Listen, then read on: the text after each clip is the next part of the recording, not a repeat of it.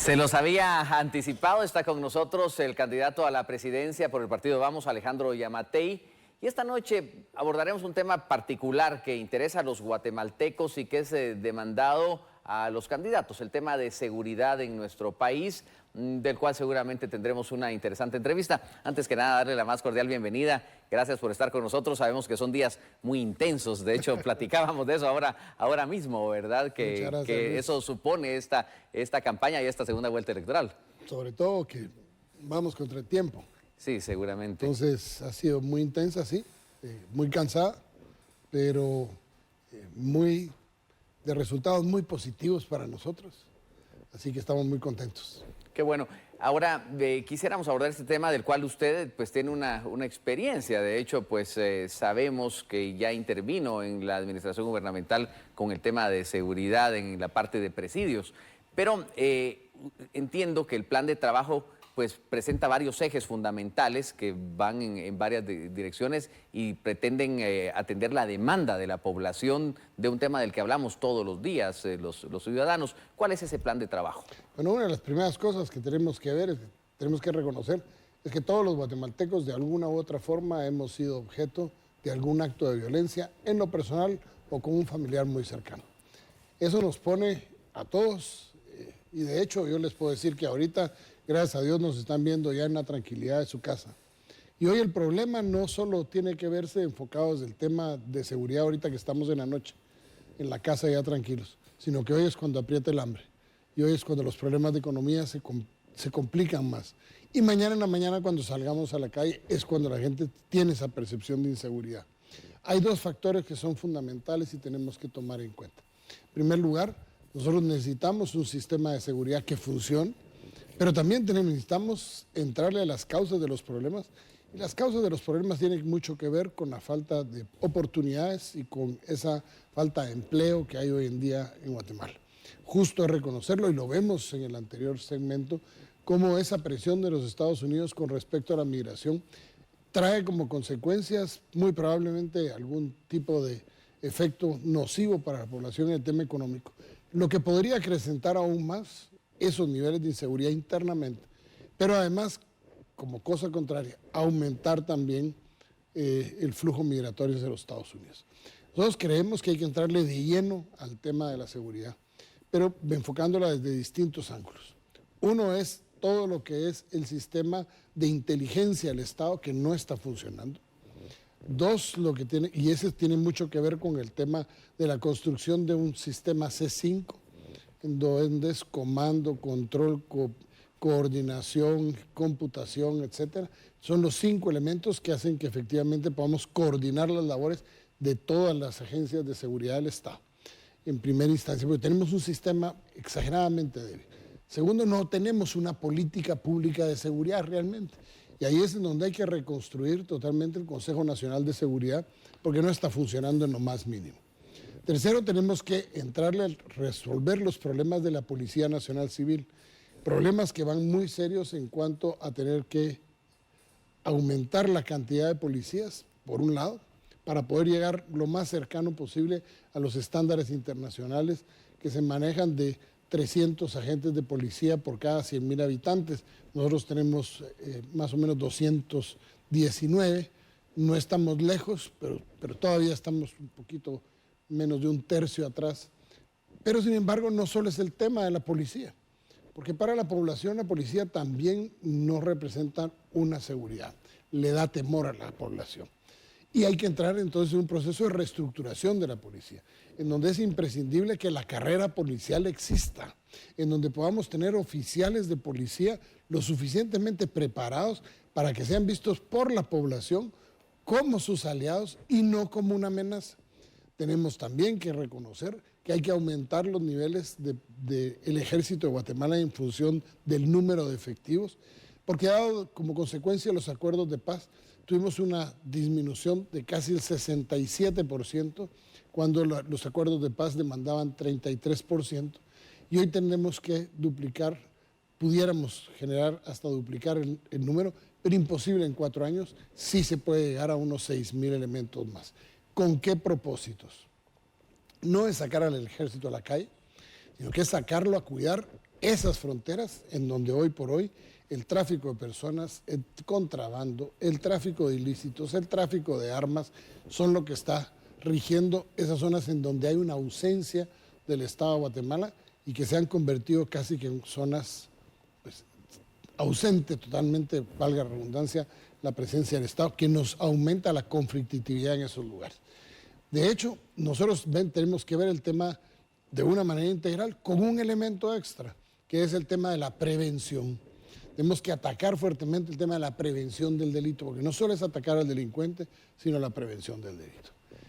Y por último, tenemos que aumentar las penas, tenemos que ser más drásticos y la fuerza coercitiva del Estado se tiene que sentir, sobre todo para ser implacables con los mareros y pandilleros, esos que extorsionan, asesinan y matan todos los días, especialmente a la gente más pobre, a la señora en la tortillería, al que vende el pollo de casa en casa, al tuctuquero, incluso hasta el repartidor de basura.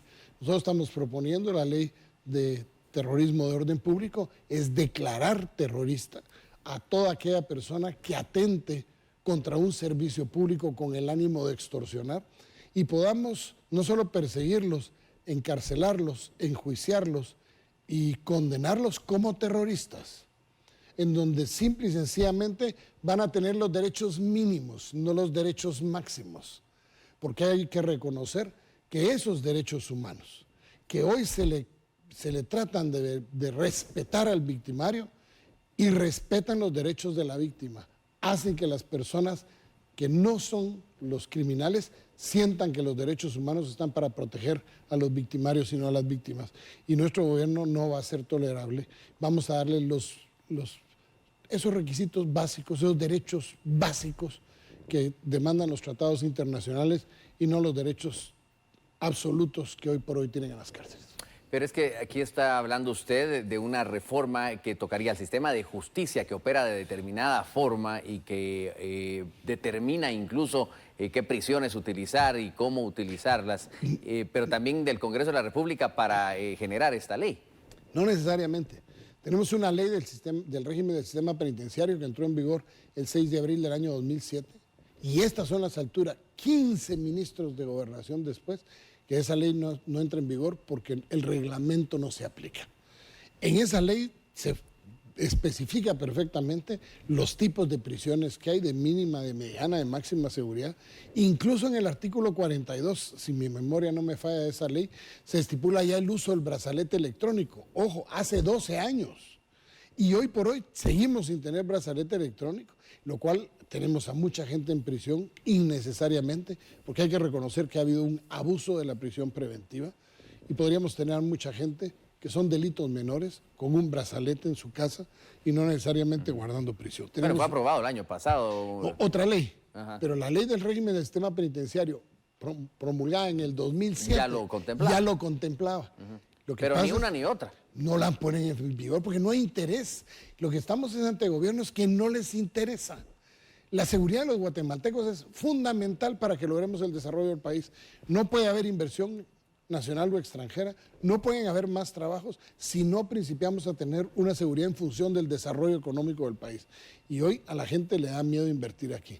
Le da miedo porque tenemos presencia de maras, con una complicación más, ya en los departamentos de Santa Rosa, de Jalapa y de Jutiapa, dadas las presiones del nuevo gobierno de El Salvador, principia a notarse la presencia de más pandilleros y mareros en esa región ante la paciencia y la indolencia de las fuerzas de seguridad que no están haciendo lo más mínimo por detener a esas personas que vienen huyendo de los procesos de persecución en El Salvador, sí. Y aquí se encuentran con un gobierno complaciente en el tema de la seguridad. En breve podríamos tener los propios y los ajenos, podríamos decirlo. Bueno, siempre los hemos tenido un poco más ajenos que propios. Pero usted está hablando de una necesidad de una mayor efectividad de la policía, e incluso habló de una reestructuración. ¿Esto no implica un mayor presupuesto para poder operar todo el sistema de justicia? ¿Con qué presupuesto piensa operar? Mire, Luis, ¿sabe cuál es la tragedia? Que el presupuesto asignado todos los años a la policía ni siquiera se lo terminan de usar. No hay voluntad de quererlo usar. Al final lo utilizan para comprar una serie de cosas que no se necesitan. Y aquí nosotros tenemos que hacer énfasis en algo. O sea, nosotros queremos tener una buena policía, pero los tratamos muy mal a los policías. Usted, si no me lo crea, váyase aquí en el periférico, en esa estación de la policía que está aquí, en el periférico, después de... Bajando la San Juan. Después de Novicentro, no. Ah, la que aquí está, que está aquí. La yendo a zona 12. Del lado de la zona 12, yendo para allá. Vaya a entrar, pregunte si hay buenos baños, pregunte el estado en que están, pregunte si tienen colchones en las camas. Viven los policías en condiciones paupérrimas, pero sí queremos que nos atiendan bien. Y la desgracia es que ni siquiera los presupuestos del Ministerio de Gobernación y la policía son utilizados al 100% para mejorar la vida y dignificar la función policial. Porque no solo se dignifica con más salario, se dignifica atendiendo bien a la gente. Y nosotros necesitamos también que el policía responda a lo que nosotros hacemos por él. Y es ahí en donde tenemos que tener un balance, y yo creo que los presupuestos actuales no solo deberían ser suficientes, sino que también de qué sirve pedir más dinero si no se los van a gastar. Tenemos que ser efectivos, tenemos que haber priorizado los gastos que vamos a hacer en función del combate real y frontal contra la delincuencia, porque se necesita más equipo, se necesita mayor armamento y mejor armamento para la policía, y algo que es fundamental, darle el derecho a la policía de usar sus armas. Porque recuérdense que hay una ley entrampada en el Congreso de la República que es una ley que promueve la defensa de la vida del policía, cosa que no está reglamentada y que hace muchas veces que el policía tenga miedo de sacar su arma y disparar porque tiene miedo de que vaya a ser perseguido por haber cumplido con su deber. Y esa es una de las cosas que no vamos a permitir en nuestro gobierno. Vamos a garantizar que los policías puedan actuar en defensa de nosotros los guatemaltecos. Y vamos a velar, pero que eso efectivamente no tenga desmanes a la hora de usar la fuerza. ¿En cuánto tiempo piensa usted que esta reestructuración y esta efectividad podría llegar a ser una percepción ciudadana? Bueno, vamos a principiar hay todo un plan de trabajo para iniciar las acciones en los primeros 90 días de gobierno. Recuérdese que la seguridad es percepción. O sea, si yo me siento seguro, aunque me estén asaltando a la vecindad, me siento seguro. Es percepción. Si yo oigo que hay demasiados asaltos, si me cuentan que hay secuestros, mi percepción de inseguridad aumenta. Por lo tanto, lo que se requieren son acciones efectivas que traten por lo menos los 5 principales delitos que estamos sufriendo a diario, y el primero de ellos tenemos que enfrentar con todas las de ley a las maras y las pandillas. Que dicho sea de paso, en esas cárceles que se van a ubicar, los pandilleros no van a tener el derecho a, como le digo, los derechos mínimos, que van a quedar excluidos, visitas conyugales y contacto con la familia solo lo podrán hacer a través de un vidrio, porque sí creemos que hay que tratarlos como terroristas. Infunden terror todos los días, cuando atacan los autobuses, cuando disparan, matan a los pilotos, matan a los ayudantes. Mira la cantidad de viudas que tenemos, que no se ha hecho absolutamente nada, reconocidos en el mundo como una de las profesiones más peligrosas del mundo, ser piloto de autobús de Guatemala. ¿Dónde se ha sentido la fuerza del Estado y los órganos de inteligencia para lograr esa persecución penal, esa investigación que conlleve una persecución penal efectiva? No lo hemos sentido. Eso lo tenemos que corregir. Bueno, hablamos hoy de este tema de seguridad, ya nos encontraremos pronto para hablar de otros temas. Queríamos abordarlo de esta manera, así que invitado para que abordemos los siguientes temas que seguramente serán los que la población quiera oír de usted como candidato a la presidencia. Le dejo los últimos segundos de esta entrevista para que pueda dirigirse a la población. En primer lugar, muchísimas gracias, Luis, muchísimas gracias a los canales de televisión por esta entrevista. Lamento muchísimo que el día de ayer la otra candidata no se presentara para tratar el tema de seguridad. Espero oírle las propuestas en el siguiente tema, que es el tema de la generación de empleo. Porque es importante que los guatemaltecos oigamos a los candidatos. Recordémonos que este 11 de agosto no se trata de simplemente ir a votar. Tenemos que ir a votar. Y tenemos que votar por las opciones que representan la innovación y desarrollo. Regreso al pasado no nos conviene. Nos conviene dar un paso al frente con un plan de gobierno, un equipo de gobierno, pero sobre todo con la voluntad y el deseo de hacer bien las cosas. Que Dios les bendiga, pero especialmente que Dios bendiga a Guatemala.